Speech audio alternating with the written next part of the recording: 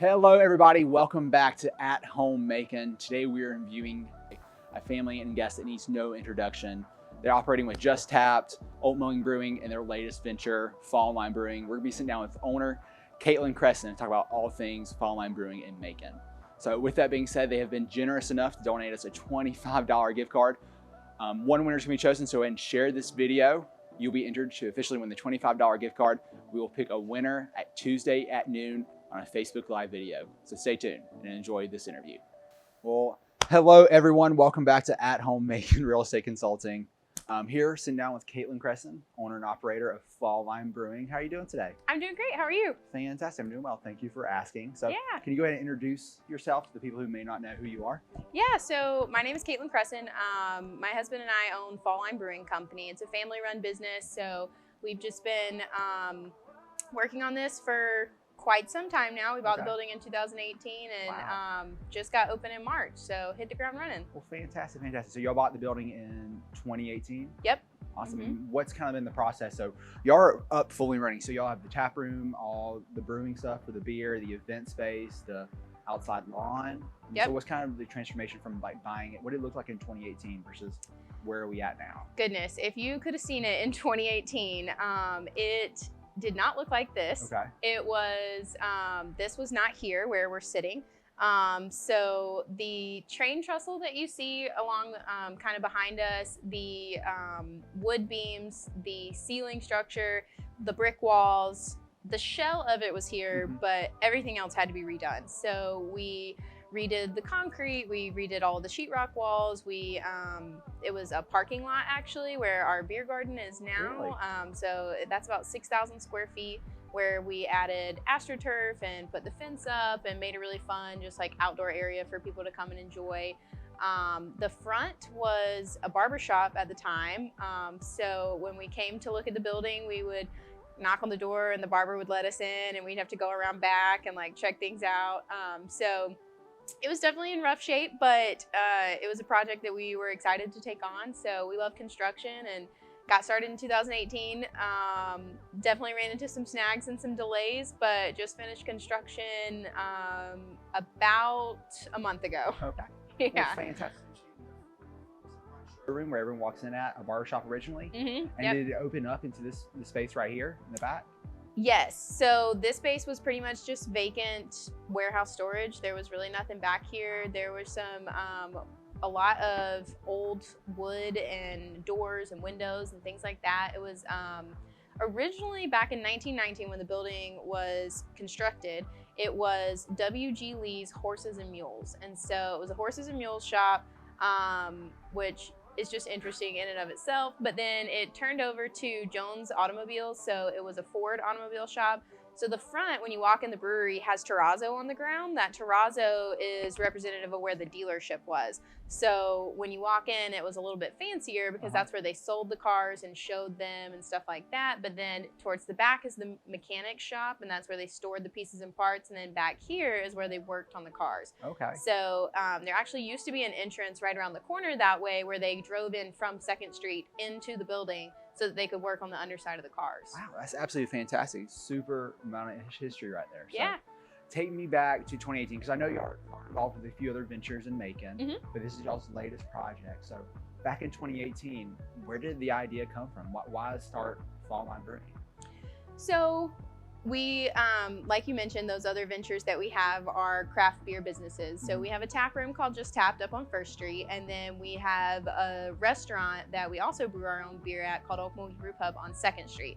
And so we wanted to get into more of the production side of brewing. My husband's definitely interested in craft beer, obviously. So he wanted to brew beer on a larger scale, distribute across the state, and really grow our brand. I wanted an event space and to be able to have programming for large events and things like that. So when we found this building and it was large enough for both, we were like, oh yeah, this is the one. So we are currently in our event space. We call this Fall Line Station. It's an 11,500 square foot event space. Wow. It can hold up to 600 people. So we can do weddings, corporate parties, anything like that. And we're excited to be able to program it ourselves and be able to have concerts back here and things. So that's super exciting. And then the brewery is in the front, and then we were able to put the beer garden outside as well. Absolutely, that's awesome. So one thing that we were talking about earlier is the intent behind Fall Line versus some other things. So this is designed to be a restaurant food service kind of thing. Yeah, absolutely. So we have our own kitchen, so we do sell food. We do gourmet sandwiches, kettle chips, things like that, light stuff that goes really well with beer. But the main focus for us when customers are not in the tap room is production. So we make beer on a 15-barrel system, and then we brew double batches in 30-barrel fermenters. So that's about 990 gallons of beer in one of those fermenters. And that's about 4 times bigger than some other. Yeah. Wow. Yep, exactly. So it's about 4 times bigger than the system that Oakmulgee Brew Pub has. So we're brewing on a much larger scale. We actually have a shipment coming in on Monday for some additional 30-barrel fermenters, so that we have a little bit more tank storage, so that we can go with these growing pains of running out of beer, which no one likes to do. So we're excited about that. So we currently distribute to about 600 different accounts across the state of Georgia. Really? Yeah. Wow. So we just hit our 600 mark last week, I think. Congratulations. And so, it's incredible. Thank you. Yeah, we're excited about it. So Kroger's, Target's, Winn-Dixie's, all sorts of different places you can go and pick up our beer in 6-packs. I mean, that seems like an immaculate amount of growth, just because y'all have opened up, was it back in March and April officially, but then COVID hit and kind of threw things for a loop, but being in 600 places in such a short amount of time seems... We're excited about that incredible. For sure. We opened March 10th officially, and we closed back down because of COVID on March 15th. So we were only open for 5 days before we had to completely readjust. So our first 4 months of being open were to-go sales only. Yeah. So we just had one person sitting in the tap room waiting for people to come by, which was a unique opening experience. We still have not officially had a grand opening. Really? Yeah, longest soft opening ever, really. Is there plans for a big grand opening one day, or? I would like to be able to do one. I think I might do it on our 1-year anniversary and do it that way. So we'll see how that goes. Yeah. Well, fantastic. Awesome. So, I mean, beer. It seems like beer is really important. How'd y'all get into this? It was Just Tapped in Oakmulgee. I mean, how'd y'all get into brewing beer? Like, who's the brewmaster? How'd y'all get into beer? Yeah, so I was not, I mean, I like beer and I like to drink it. Did you grow up in it, or is it No, neither one of us did. So my husband really got into craft beer in college. There's a lot of really great breweries in Ohio, and that's where he's originally from. He really loves Great Lakes and a lot of the smaller breweries that are there. And so he came down here during college and wanted to open something and decided on a growler store. Okay. And so they opened, my husband and his father-in-law opened Just Tapped in Warner Robins. At the time, it was Lazy Dog Growler. Okay. And then decided they wanted to open one in Macon, and it just kind of grew from there. So that is how we met our brewmaster. His name is Doug Evans. Okay. So he was currently brewing for a brewery up in Marietta, and he came down to do sales calls at Just Tapped. And so he introduced himself to Nate. He's a very quiet, kind of gruff guy, but they hit it off. They get along really great. And so he was like, you know, I think I want to open a restaurant that brews its own beer. Is that something you'd be interested in? And Doug was like, yeah, absolutely. And so he has been with us since 2016 and is a huge part of why we chose to get into the production side of things, because he's really great at what he does. And I mean, without him, I don't know what we would do, but he is just really good at what he does. And we're excited to have him be a part of the team, especially at Fall Line, where we're brewing on a larger scale. So, but craft beer just in general is always fun. Absolutely. I mean, what better business to be in, right? You get to drink beer and hang out and do your job. Yeah, so. it seems absolutely incredible. So it seems like you are kind of ahead of the curve. So you see across like the US right now, you're seeing these microbreweries and everything pop up, and you also seem to be ahead of that curve almost. So my question is, what does it kind of take to be a brewmaster? How do you get into the brewing industry? Doug likes to joke that being a brewmaster is really pushing a lot of buttons and cleaning a lot of things. Okay. So he spends probably 75% of his time just cleaning stuff because you have to be really meticulous. You have to make sure that everything is really sanitized, very clean, organized. You have to keep track of special ingredients. You have to stop things at a certain time at a certain temperature and make sure that you don't cold crash for too long or too short and things like that. So It's being very meticulous and very attention to detail oriented, but again, a lot of cleaning. Of course. So our 5 main brands are our mainstays, and a mainstay is basically a beer that we brew all year round, and it, in theory, never runs out. Okay. So in theory, until you run into some production issues, and then pains. yes, exactly. So we have tested a ton of different products. We have brewed on pilot systems, tasted those different products, decided what we like, what we don't like, how we want to tweak it, until we land on our favorite ones. Okay. So our 5 are Hi-O, which is our newest venture. We just added a mainstay IPA called Hi-O to our mainstay lineup. It's an East Coast IPA, really juicy, really hoppy, but very good to drink. And so it's definitely not the first beer you want to jump into if you're going from domestics to craft beer. Now, why is that? A lot of times you just the, I guess, story of life. You start on like Bud Light and Mick Ultra and things like that, which are really light and easy to drink and brewed with different products than craft brewers brew with. Okay. So they typically are brewed with rice, and so they have just like a lighter palate. And so when you jump from that sort of thing into craft beer, IPAs have such a high hop content, and they have that bitterness on the back end and things like that. It's just such a stark difference that we suggest people like ease their way in. So we go from domestic drinkers. We usually offer our lager. So it's called Fall Line Lager. Okay, and it's this just is one of your most populars, correct? Yes, definitely. So that would be those growing pains that we're referring to. It's so popular that we can't quite keep up with production. So we are brewing it as we speak, trying to catch up. So we do the Fall Line Lager as an intro beer just because it's really light, easy to drink. Crushable is the term that people use. It is just, you know, you can have a good bit of them and not get burned out. It's a good intro beer into craft beer, and then from there we usually suggest the Daily Rhine. That's another one of our mainstays. It's a wheat ale brewed with tangerine. So it's really light and very crisp, but it has a little bit of that heavier mouthfeel, and it has the tangerine flavor too. So it's got a lot of fruitiness to it. That's one of our most popular beers on draft. So a lot of restaurants that have us as one of their tap handles that they have on tap, they have Daily Rhine as the beer that they choose to put on draft, which is really cool. So, and then the other beers that we have as our mainstays are Portage, which is our hazy pale ale. Portage means to carry a boat between 2 bodies of water, or carry your belongings between 2 bodies of water.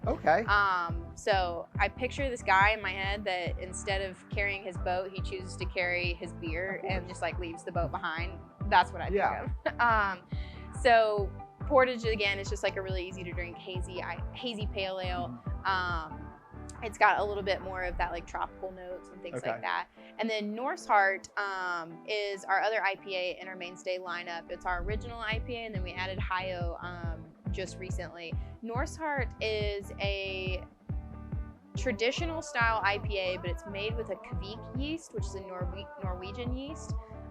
So it provides this different sort of like dryness to the IPA as opposed to the East Coast, which is a little bit fruitier and juicier.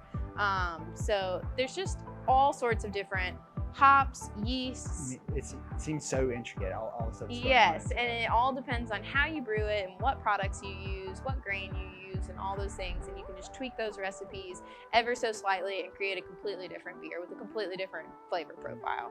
So it's a lot of fun. It's like experimenting. Of course, absolutely. So it seems like you're pretty passionate about beer around here. Yeah, you could say that. Yes. Fantastic. It seems like you're pretty passionate about Macon. Started your businesses here in Macon. I'm born and raised in Macon. I was, yeah. So tell me a little bit about how do you feel Macon mean to you? Macon is my perfect blend of a big city and a small town. I love how big it is. I love how many people live here. I love how many people come to visit here. I love how it's in the center of Georgia, and so it's not a super far drive from anywhere that you want to go in Georgia. But the downtown urban core has just grown so tremendously over the last 5 years. It's so neat to be a part of that and be able to contribute back to that. And even though it is a big city, it still has that sleepy small town feel sometimes, and I love that. I don't have to fight Atlanta traffic, but I still have all the things that I need here. So we are involved in a lot of different projects around downtown. We're big supporters of Newtown Macon, help them in any way we possibly can. They just do such great things for the city. And I think I mentioned this in talking to you earlier, you know, we love partnering with other local businesses. So that's always really important to us, because if other businesses do well, then we do well. And we want everyone to thrive here in Macon and continue to see Macon grow. And being a part of that's really cool. So y'all just did a t-shirt. Y'all did a t-shirt for 478. Yeah. So when COVID hit and we all went into lockdown, being in the restaurant industry and being in the beer industry, it obviously put a lot of industry workers out of work, and that hit home for us. And so while we could do, you know, a lot of things to assist our team members and making sure that they could weather the times and be okay, I knew that there were other people out there that maybe didn't have that experience. And so we wanted to do a fundraiser where we created a shirt. We partnered with Elizabeth Shore & Company, who also designed all of our can designs. And she put together that shirt, and we sold them on our website, and we sold them in the tap room. And the proceeds from that shirt went back to the United Way of Central Georgia, and then it went into a COVID-19 relief fund specifically for people in the restaurant, kitchen, cooking, brewing industry. Wow, that's absolutely incredible. It's amazing that y'all did that. Yeah, thank you. I appreciate that. Get y'all up. Not to shut down just a few days later. Good job. Y'all make that. Absolutely. You know, in some ways it was a blessing, because we were able to finish some of the construction things that we needed to get done and things like that, and kind of hit pause for a little bit, but it definitely was challenging.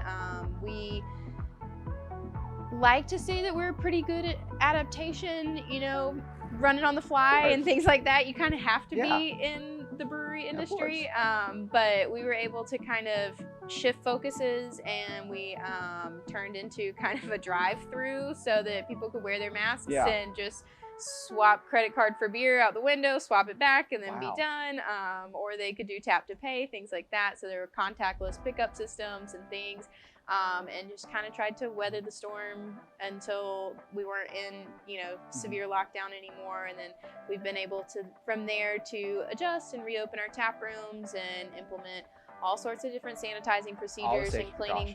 Exactly. All the precautions necessary to make sure that our customers are safe and our employees are safe, and everything that we need to do in order to maintain ourselves, still be open, but do it in the safest way possible. Of course, that's absolutely awesome. So let's talk a little bit about when someone's coming to Fall Line, what's the experience like with them? So they walk through the front doors, what do you want them to experience coming through the door? Absolutely. So our bartenders just do an incredible job of making people feel comfortable. So I want everybody that comes in to feel comfortable and enjoy their time here. If they don't know what they like to drink, that's absolutely okay. We'll figure it out with you. We'll work with you on what things you like, what things you don't like, and help you figure it out. And then you can hang out with your friends, bring your dog, enjoy the beer garden, spend some time outside. It's beautiful outside today, so there's lots of people out there right now playing cornhole, hanging out. And then you know, check out the brewing equipment, maybe have lunch with us. We have a full-scale kitchen, like I mentioned, where we sell gourmet sandwiches, things like that. So it's just a fun way to spend your day, in my opinion, but you know. Talking about the kitchen, what's your menu on here? What can patrons come in and expect? Of course, y'all. Yeah, we have a brisket sandwich. Our most popular sandwiches are Cuban. I've heard best Cuban in Macon, but there's also not a lot of Cubans in Macon, so, but I'll take it. Yeah. We have a toasted veggie and brie that's really good. So we just sell sandwiches and some side items, chips, mac and cheese, pasta salad, light stuff. It's, you know, easy to snack on while you're having a beer and hanging out with friends. So We've had really good success with that, and it's been a lot of fun. All of our businesses have some sort of food component to it, so that, you know, while you're having a beer, you can also have a snack and hang out and stay even longer. Absolutely. Beer menus and food combos are very popular. I usually leave that up to our brewmasters for them to decide what they want to pair with what, but you really can't go wrong with a Fall Line lager and that Cuban sandwich. It's just a very good combination. Absolutely fantastic. That's incredible. Can we talk about the outside grassy area for a second? Is that the beer garden? Yeah. So let's talk a little bit about the beer garden, because we walked up and we saw so many bike racks, people and having beer after riding bikes. So a whole bunch of people out there. So it seems like y'all really use that more than a gathering space, also kind of like an event space. So tell me a little bit about that. Yeah, absolutely. So, you know, I mentioned partnerships with other local businesses, and one of the partnerships that we've most recently done is the event that you saw today with all of the people out there on bike racks or with their bikes. So they are doing a bike ride that is a charity event food drive, and so they'll ride around town and go pick up canned goods and bring them back. But the partnership is with Bike Tech Macon. So we like anything that has to do with the outdoors, biking, hiking, anything like that. It just matches our brand really well. And so we love partnering with local businesses. So when they reached out and asked if they could start their ride here, I was like, yes, absolutely, I would love to. So that's what they're getting started today. But the beer garden area that we have, it's a 6,000 square foot beer garden. It's mostly covered in AstroTurf, so super pet friendly, super kid friendly. There's cornhole, there's games and stuff out there, there's shade. It's beautiful at night. It's got the big string lights all the way across the garden. You can just come out and hang out with friends and enjoy this beautiful weather that we're having. I hope it lasts a really long time. Events out there before? We have had a couple different events where, so we showed Hocus Pocus the week before Halloween, which was really fun. So we have a 22-foot inflatable blow-up screen where we can show movies and stuff like that. So we had Hocus Pocus in the park. That was a lot of fun. And then we had some tailgating parties with Mercer Law. We've done the Sour Festival that we're having this weekend. So we have so it's called Battle of the Brews, and we're doing it, this is the sour edition. So we'll do other types of beers later down the road. And so we are doing 8 different sours on tap, and guests can come in, try 2 different flights, 4 beers per flight. And so that's 8 total. And they'll get to vote on which one's their favorite, and whatever one wins, we will put into cans and do a limited release of. So our brewmasters got together, they brewed 8 different sours, and so all 8 are on the board right now. There's pink guava, wild berry, blackberry cinnamon, green tea, all sorts of different ones. What kind of turnout are you expecting for about? We had a great, so it's a weekend long event. You know, we don't want too many people all in one area, so we spread it out over the course of a weekend, and we had a great turnout last night. Everybody had a blast. Everybody got to vote for their favorite beers. I've heard wild berry is very good, so I haven't tried that one yet, but I will definitely need to try it because everybody voted on that one last night, so we'll see how that goes. And then we're expecting another big crowd today. We're excited about it. Yeah, so when we bought the building, like I said, I saw this space and I saw the wood beams, and I was like, oh my gosh, this is beautiful. It would make such a pretty event space. And we knew that we wanted to open an event space, so we did a lot of work back here to get it as beautiful as it currently is. But it's 11,000 square feet. It's hard to kind of recognize that from the road because the brewery does not look that big from the road. It's crazy how the building just keeps going.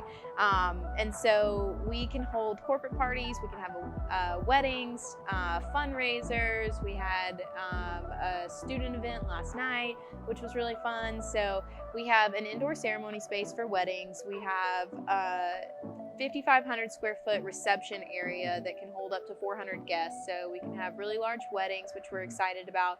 And then we have this mezzanine area where you can have cocktail hour and things like that. And then we actually have a bridal suite and a groom suite. So if you are getting married here, you can get dressed in the bridal suite and the groom suite and hang out and never really have to leave the property in order to, you know, go to your reception area or your ceremony area. It's all inside. You don't have to flip a room. It's just a really cool space. So we've been very excited about that. We've had 2 weddings here now. They've both gone very, very well. They were beautiful. I was very excited to get to see this thing that we built put into action, which is really cool. And then we have a corporate event tonight, so we're just rocking and rolling, but a lot of people don't know that this space is here, so I'm excited to show it to people. So, you know, we want people to enjoy good beer and just hang out with their friends and enjoy a good time with each other. So feel free to come out to Fall Line. It's 567 Plum Street, or visit our website. It's falllinebrewingcompany.com. Take a look at our products. You can pick them up in local stores, your grocery stores, local package stores, that sort of stuff. And we hope to see you in the tap room. Hey guys, thank y'all so much for watching that episode of At Home Macon featuring Kaitlyn Kressin here at Fall Line Brewing. One thing we do want to say is that you're generous enough to give us a $25 gift card to give away to one of y'all. So to enter to win this gift card, go ahead and share this video and you will be officially entered. The winner will be announced Tuesday at noon on the Facebook Live event on At Home Macon's Facebook profile. So stay tuned. Look forward to talking to y'all soon. Again, this is Matthew Griffin with At Home Real Estate Consulting. Talk to you soon.